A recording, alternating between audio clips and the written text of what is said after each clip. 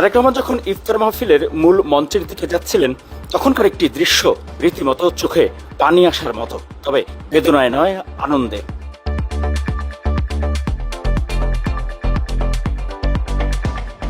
এতিম শিশু ও আলেম ওলামাদের সঙ্গে এই ইফতার মাহফিলে ছোট্ট এই শিশুদের প্রতি তারেক রহমানের স্নেহ, ভালোবাসা আর অভিভাবকত্ব।